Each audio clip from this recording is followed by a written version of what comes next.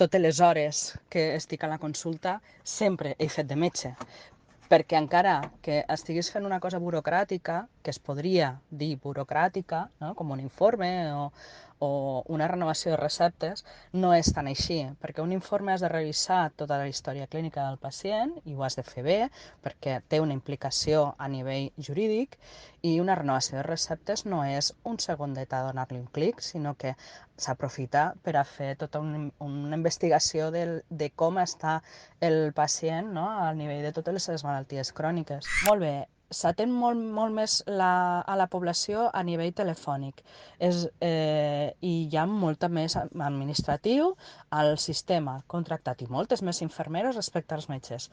Genial, jo no m'oposo a que contractin més gent d'altres estaments. Està bé, però el problema és que continuem fent un embut, perquè tot acaba a l'agenda del professional facultatiu. No estan resolent la resta d'estaments els problemes de la gent. Acaben a la consulta del metge. I tot forçat, que aquest és el problema, forçat. Tot entra en sabatilla, li fiquem allí, vinga, vinga i vinga, i a les mateixes hores, i ningú mira si tens temps per a fer-ho o no. I el problema real de tota la qüestió és que no ens valoren com a professionals i que no valoren la nostra feina ni el temps que s'ha de dedicar per a cada cosa.